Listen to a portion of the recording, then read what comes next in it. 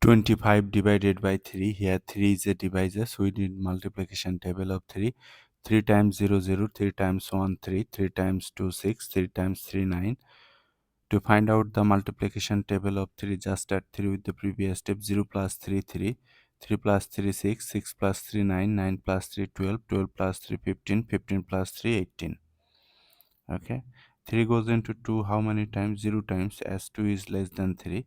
So 0 times 3, 0 times 3 is 0, subtract 2, bring down this 5. 3 goes into 25 how many times? Guess here a number or use this multiplication table. 25, so 9 times 27, which is getter, so we need to stop here. 8 times, right? 8. 8 times 3, 24, already we have seen here. Subtract 1, so our answer is 0. 8 means 8, remainder 1.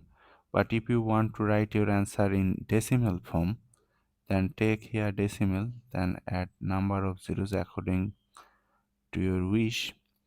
Bring down the first 0, but before this 0 there is a decimal must come to the quotient directly. 3 goes into 10 how many times? 4 times 12, so 3 times actually. 4 times 12, which is greater than 10, so we need to consider this. 3 times 3, 9, subtract 1, bring down another 0. 3 goes into 10 how many times? 3 goes into 10 again 3 times. 3 times 3, 9, subtract 1, bring down another 0, so 10. 3 goes into this 10 how many times? Again 3 times. 3 times 3, which is 9, subtract, you are getting 1.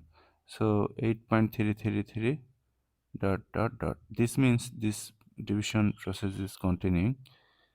This is the answer, or you can place here bar over 3, which denote that this 3 is repeating.